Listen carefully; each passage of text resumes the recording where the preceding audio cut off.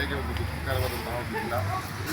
ನಮ್ಮ ಜಿಲ್ಲೆಯನ್ನು ಪ್ರತಿನಿಧಿಸಿ ದೇಶಕ್ಕೆ ನಮ್ಮ ಹಾಸನ ಗುರುತರವಾಗಿ ಶಾಶ್ವತವಾಗಿ ಮಾಡಿದಂತಹ ಮಾಜಿ ಪ್ರಧಾನಮಂತ್ರಿಗಳಂತಹ ದೇವೇಗೌಡ ಅವರ ಪತ್ನಿಯವರು ಚೆನ್ನಮ್ಮ ಇವತ್ತು ದೈವಾಧೀನರಾಗಿದ್ದಾರೆ. ಒಂದು ನಮ್ಮ ಜಿಲ್ಲೆಗೆ ಒಂದು ಯಶಸ್ಸಿಗೆ ದೇವೇಗೌಡರ ಯಶಸ್ಸಿಗೆ ಅದು ಬೆನ್ನೆಲುಬಾಗಿ ನಿಂತಿದ್ದು ಹೇಳಿದ್ರೆ ಅವರ ಒಂದು ತ್ಯಾಗ, ಅವರ ಒಂದು ಎಷ್ಟು ಪಡಿಸಲು ಸಾಕು. ಈ ನಿಟ್ಟಿನಲ್ಲಿ ಇವತ್ತು ನಮ್ಮ ಜಿಲ್ಲೆಯಲ್ಲಿ ಸಹ ದರ್ಶನವನ್ನು ಸುಲಭವಾಗಿ ಸಾರ್ವಜನಿಕರು ಮಾಡಲಿಕ್ಕೆ ಎಲ್ಲ ಸಂಬಂಧಿಗಳು, ಕಾರ್ಯಕರ್ತರು ಎಲ್ಲ ಬಂಧುಗಳು ಮಾಡಲಿಕ್ಕೆ ಸುಮಾರು 400 ಜನ ಪೊಲೀಸ್ ಇಲಾಖೆಯನ್ನು ನಾವು ಹೆಚ್ಚುಗಳನ್ನು ಮಾಡ್ತೀವಿ.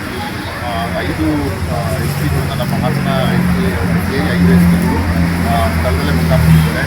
ಜೊತೆಗೆ ಸುಮಾರು 60ಕ್ಕೆ ಹೆಚ್ಚು ಇನ್ಸ್ಪೆಕ್ಟರ್ಸ್ ಮತ್ತು DYSP ರೆಕ್ರೂಟ್ ಮಾಡಿದ್ವಿ.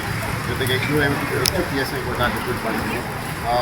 ಏನು ಕುಮಾರಣ್ಣವರ ಒಂದು ಆಶಯದಂತೆ ಈಗ ಏನು ಇಳಿಸವೆ ಗಡಿಗೆ ತಲುಪಿ ಇಳಿಸವೆಯಿಂದ ಚನ್ನಪಟ್ಟಣ ತಾಲೂಕು ಕಚೇರಿ, ಉದಯಪುರ, ಶಾಂತಿಗ್ರಾಮ, ಬೂನಹಳ್ಳಿ ಕೂಡು, ಡೈರಿ ಸರ್ಕಲ್ಲು, NR ಸರ್ಕಲ್ಲು, ಹೊಸನಗರದಲ್ಲಿ ನಂತರ ಮಾನ್ಯ ಶಾಸಕರಾದಂತಹ ಎಚ್.ಡಿ. ದೇವೇಗೌಡರ ಮನೆ ಅದಾದ ಬೆಳಗ್ಗೆ ಮತ್ತೆ ದರ್ಶನಕ್ಕೆ ಇಟ್ಟು ಮಧ್ಯಾಹ್ನ ನಂತರ ಪೂಜಾ ಕೈಂಕರ್ಯ ಜೊತೆಗೆ ಏನು ನಮ್ಮ ಸರ್ಕಾರದ ಮುಖ್ಯಮಂತ್ರಿಗಳಾದಂತಹ DK ಶಿವಕುಮಾರ್ ಸಾಹೇಬ್ ನಿನ್ನೆ ಒಂದು ಘೋಷಣೆಯನ್ನು ಮಾಡಿದರು.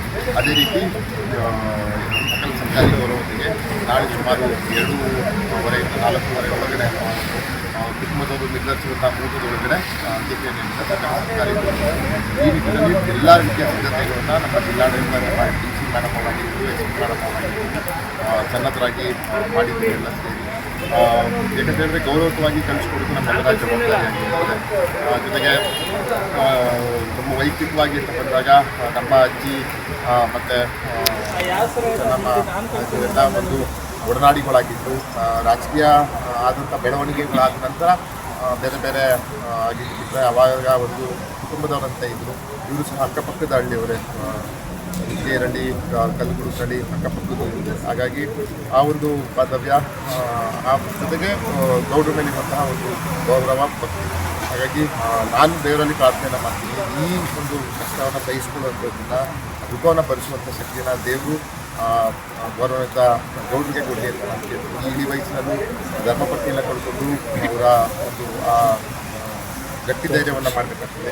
ಅದನ್ನು ನಾವೆಲ್ಲ ಪ್ರಾರ್ಥನೆ ಮಾಡೋಣ. ಈಗ ನಾಳೆ ಮುಖ್ಯಮಂತ್ರಿಗಳು ಜೊತೆಗೆ ಯಾರ್ಯಾರು ಬರ್ತಾರೆ? ಮುಖ್ಯಮಂತ್ರಿಗಳು ಸುಮಾರು 2:15 ಬೆಂಗಳೂರು ಶಾಪದಲ್ಲಿ ಹರದನಹಳ್ಳಿ ಹೆಲಿಪ್ಯಾಡ್ಗೆ ಬಂದಿಳಿದು ಅಂತ್ಯಕ್ರಿಯೆಯಲ್ಲಿ ಪಾಲ್ಗೊಂಡು ನಂತರ ಮತ್ತೆ ಬೆಂಗಳೂರಿಗೆ ಪ್ರಯಾಣ ಹೋಗ್ತಾರೆ. ಜೊತೆಗೆ ಕೇಂದ್ರ ಸಚಿವರೆಲ್ಲ ಬರ್ತಾರೆ ಅಂತ ಒಂದು ಮಾಹಿತಿ ಇದೆ. ಜೊತೆಗೆ ರಾಜ್ಯ ಸಚಿವರು, ಜೊತೆಗೆ ಸಿದ್ದರಾಮಯ್ಯ ಸಾಹೇಬರನ್ನು ದೃಷ್ಟಿ ಬಂದಿಲ್ಲ, ಅವ್ರಿಗೂ ಸಹ ನಾವು ವೇಟ್ ಮಾಡ್ತಾ ಇದ್ದೀವಿ. ಈಗ ಬಂದಿರುವಂತಹ ಮಾಹಿತಿ ಪ್ರಕಾರ ಮುಖ್ಯಮಂತ್ರಿಗಳು ಜೊತೆಗೆ ಕೇಂದ್ರ ಸಚಿವರುಗಳು, ನಾನು ಮಾಹಿತಿ ತೊಗೊಂಡು ಹೇಳ್ತೀನಿ, ಸುಮಾರು ರಾಜ್ಯ ಸಚಿವರುಗಳು, ಎಲ್ಲ ಪಕ್ಷದ ಶಾಸಕರುಗಳು, ಸಂಸದರುಗಳು, ಹಲವಾರು ಮುಖ್ಯ ಅತಿಥಿಗಳು ಬರ್ತಿದೆ. ಅವ್ರನ್ನ ಯಾವ ರೀತಿಯಲ್ಲಿ ಅವ್ರನ್ನ ಗೌರವಯುತವಾಗಿ ದರ್ಶನ ಮಾಡಿಸಬೇಕು ಮುಖ್ಯ ಅತಿಥಿಗಳಲ್ಲಿ ಅದನ್ನೆಲ್ಲ ನಾವೆಲ್ಲ ಒಂದು ಪ್ರೋಟೋಕಾಲ್ ಮಾಡಿದ್ವಿ. ಅದೇ ರೀತಿ ಅದನ್ನು ಮಾಡುವಂಥ ಕೆಲಸವನ್ನು ನಾವು ಮಾಡಿದ್ದೀವಿ. ನಾಳೆ ಎಷ್ಟು ಮಂದಿ ಪೊಲೀಸ್ ವ್ಯವಸ್ಥೆ ಮಾಡಿದ್ದೀರಿ? ಸುಮಾರು ಹೇಳಿದಲ್ಲ 1400ಕ್ಕೂ ಹೆಚ್ಚು ಪೊಲೀಸ್ ಕಾನ್ಸ್ಟೇಬಲ್ಸು, 250ಕ್ಕೆ ಹೆಚ್ಚು PSIಸು, 60ಕ್ಕೂ ಹೆಚ್ಚು ಇನ್ಸ್ಪೆಕ್ಟರ್ಸು ಪ್ಲಸ್ DYSP, 5 IPS ಅಧಿಕಾರಿಗಳು, ಅಂದರೆ 5 SPs ವಿವಿಧ ಜಿಲ್ಲೆಯ ವರಿಷ್ಠಾಧಿಕಾರಿಗಳನ್ನ ಸೇರಿಸಿ ನಮ್ಮ ಜಿಲ್ಲೆಯವರು ಸೇರಿ ಸ್ಥಳದಲ್ಲಿದ್ದಾರೆ.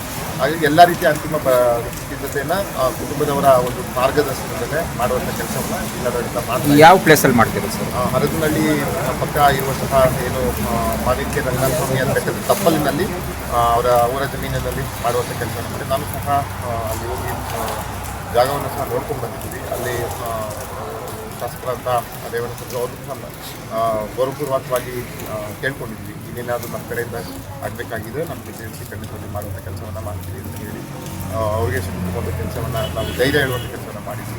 ಅದು ತಾಯಿನೇ, ನಾವು ಯಾರೇ ಎಷ್ಟೇ ಹೇಳಿದ್ರು ಆಗಿರುವ ತಾಯಿಯ ದುಃಖವನ್ನು ಬಳಸ್ಕೊಳ್ಳೋಕ್ಕೆ ಅವರಾಗೆ ಅವರು ಅದರಿಂದ ಹೊರಗಡೆ ಬರ್ತಾರೆ. ಹಾಗಾಗಿ ಆ ದುಃಖ ಬದುಕುವ ಶಕ್ತಿಯನ್ನು ತಾಯಿ ಹಾಸನಾಂಬೆ ರಂಗನಾಥ ಸ್ವಾಮಿ ಕೊಡಿ ಅಂತ ದೇವರ ಪ್ರಾರ್ಥನೆ ಮಾಡ್ತೀನಿ. Thank you.